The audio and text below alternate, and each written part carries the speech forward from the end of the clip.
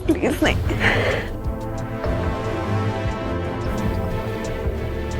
हर्षा रिछरिया ये वो नाम है जिसका जिक्र उतना ही हो रहा है जितना प्रयागराज में महाकुंभ का हो रहा है। हर्षा रिछरिया इस बार नए अवतार में नजर आ रही हैं। पहले अपनी मॉडलिंग और प्रोफेशनल लाइफ के लिए मशहूर रिचा ने सबको चौंका दिया जब उन्होंने अपने ग्लैमरस लाइफ को छोड़कर आध्यात्मिक रास्ता अपनाया और साध्वी बन गई। स्वामी कैलासानंद गिरी की शिष्या हर्षा रिछरिया महाकुंभ में काफी चर्चा में है। आप श्रद्धालु के रूप में आए हैं, आपका स्वागत है, लेकिन गेरुआ कपड़े की मर्यादा रखिए। गेरुआ कपड़ा एक बार जो कोई पहन लेता है फिर वो निकलता नहीं है शरीर से। हम लोगों ने जिस दिन से पहना है आप जीवन के अंत तक ये गेरुआ कपड़ा ही हमारे शरीर पर रहेगा। अगर आप गेरुआ कपड़े के को पहनते हैं तो उसके महात्म्य को समझिए। अब निकाल नहीं सकते, और अगर निकाल देते हैं इसका मतलब आपने अपमान किया। एक बार संन्यास धारण कर लिए, गेरुआ कपड़ा पहन लिया, फिर वापस कैसे जा सकते हो? और वापस जा रहे हो इसका मतलब गेरुआ का अपमान कर रहे हो। ये गेरुआ कपड़ा सबसे ऊंची चीज़ है। जब ये कपड़ा हमको मिल गया, अब हमको किस कपड़े की ज़रूरत है? और अगर इस कपड़े के मिलने के बाद इस कपड़े को हटा करके दूसरा कपड़ा हम चाहते हैं, इसका मतलब अभी गेरुआ के महात्म्य को हमने समझा ही नहीं।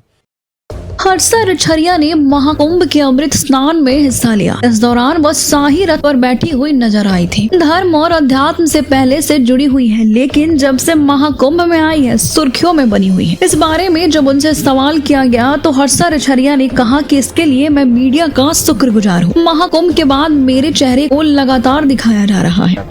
पहली प्रतिक्रिया मेरी ये है कि मैं साध्वी नहीं हूँ। मैंने साध्वी के लिए कोई भी रिचुअल, कोई भी संस्कार नहीं कर पाया, कोई भी दीक्षा नहीं ली है।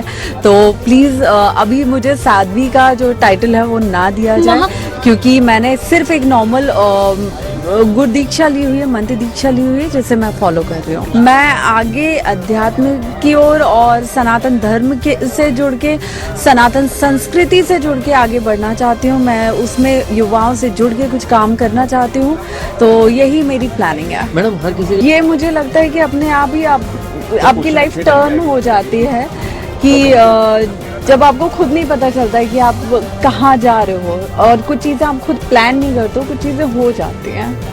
वो विचार सिर्फ इतना था कि मुझे अध्यात्म में रहना है, मुझे साधना करनी है, मुझे भजन कीर्तन बड़ा अच्छा लगता था। मैं धीरे धीरे उसमें आने लगी। फिर मेरी मुलाकात, मुझे आशीर्वाद प्राप्त हुआ मेरे गुरुदेव का, और उसके बाद जैसा उन्होंने गाइड किया, उन्होंने मार्गदर्शन किया, उन चीज़ों को मैंने फॉलो किया। उसके बाद मुझे और अच्छा लगने लगा, मैं साधना और ज़्यादा करने लगी। तो ये है। एक सवाल है, इस बार महाकुंभ में सनातन बोर्ड को देखिए, इसका गठन बिल्कुल होना चाहिए, बिल्कुल होना चाहिए। और ये सनातन संसद जो होने वाला है, जो कार्यक्रम आप बता रहे हैं, ये बिल्कुल होना चाहिए। सनातन गठन बोर्ड का गठन होना चाहिए, क्योंकि ये बहुत ज़रूरी है। अब हमारी संस्कृति को बचाने के लिए, हमारे धर्म को बचाने के लिए बहुत ज़रूरी है कि एक सनातन बोर्ड का गठन किया जाए, और वहाँ पे सनातन धर्म से, सनातन हमारे मंदिरों से, हमारे पुरातत्वों से जुड़े हुए हर फैसले वहाँ पे लिए जाएं, ताकि कल को कोई हमारे धर्म पे, हमारी संस्कृति पे प्रहार ना कर पाए। कुंभ में साध्वी हर्षा रिछरिया का एक भावुक बयान सामने आया है, जिसने वहां उपस्थित सभी लोगों को भावुक कर दिया है। अपने प्रवचन के दौरान हर्षा ने रोते हुए क्या कहा, आप भी सुनिए। शर्म आनी चाहिए कि एक लड़की जो धर्म से जुड़ने के लिए आई थी, धर्म को जानने के लिए आई थी, सनातन संस्कृति को जानने के लिए आई थी, आपने उसे इस लायक भी नहीं छोड़ा कि वो पूरे कुंभ में रुक पाए। वो अगर कोई महिला इस खबर को देख रही है तो वो काफी हद तक समझ सकती है कि एक महिला को कुछ भी हासिल करने के लिए कई लड़ाइयाँ लड़नी पड़ती है। पहले घर वालों से, फिर बाहर वालों से, फिर ससुराल वालों से। महिलाओं के लिए कुछ भी हासिल कर पाना मर्दों के मुताबिक 2 गुना मुश्किल होता है। ओम नमो नारायण। अभी मैं एक मीडिया चैनल पे देख रहा था कि जो अभी कुंभ मेले में चर्चित लड़की है हर्षा रिछरिया, उसने अभी एक वीडियो बनाया है रोते हुए, और उसने कहा है कि स्वामी आनंद स्वरूप जी ने पाप किया है। एक ऐसी लड़की जो सनातन धर्म में जा रही थी, मॉडल की दुनिया को छोड़ करके, उसको कुंभ से भगाने का काम किया, उसको रोकने का काम किया, रुलाने का काम किया। देखो, कुंभ में तुम्हारी जैसी कई लाख लड़कियां आई हुई हैं, मैंने किसी को कुछ नहीं कहा। तुम आचार्य के रथ पर सवार होकर के मीडिया को बाइट दे रही थी कि मैं 2 साल से इस जीवन में हूं, 2 साल से साध्वी हूँ। जब मैं असलियत को जाना तो तुमको रोकना मेरा कर्तव्य है, और तुमसे कोई मेरा, जैसे सभी बहनों से मेरा लगाव है, मेरा प्रेम है, तुमसे भी मेरा लगाव उतना ही है। और तुमको मैंने ये सही रास्ता दिखाया है, तुमको इस पे बुरा मानने की आवश्यकता नहीं है, लेकिन फिर भी तुमको बुरा लगा तो बुरा लगने दो।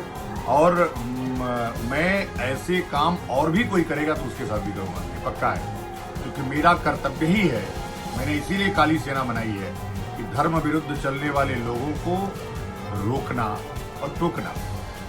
तो तुम गलत रास्ते पे जा रही थी, इसलिए हमने तुमको रोका। तुम्हारी सारी असलियत बाहर आ गई, जनता के सामने आ गई, तुम्हारे सारे चित्र आ गए। तुम्हारी माँ कह रही है कि तुम्हारे अगले महीने शादी है, मेरा उसमें कोई रोल नहीं है।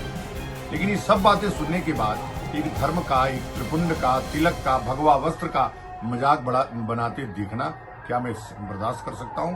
तो और लोग अपनी दुकान चला रहे होंगे, बर्दाश्त कर सकते हैं, मुझसे बर्दाश्त नहीं होता है। और मैंने तुम्हें रोकने का काम किया।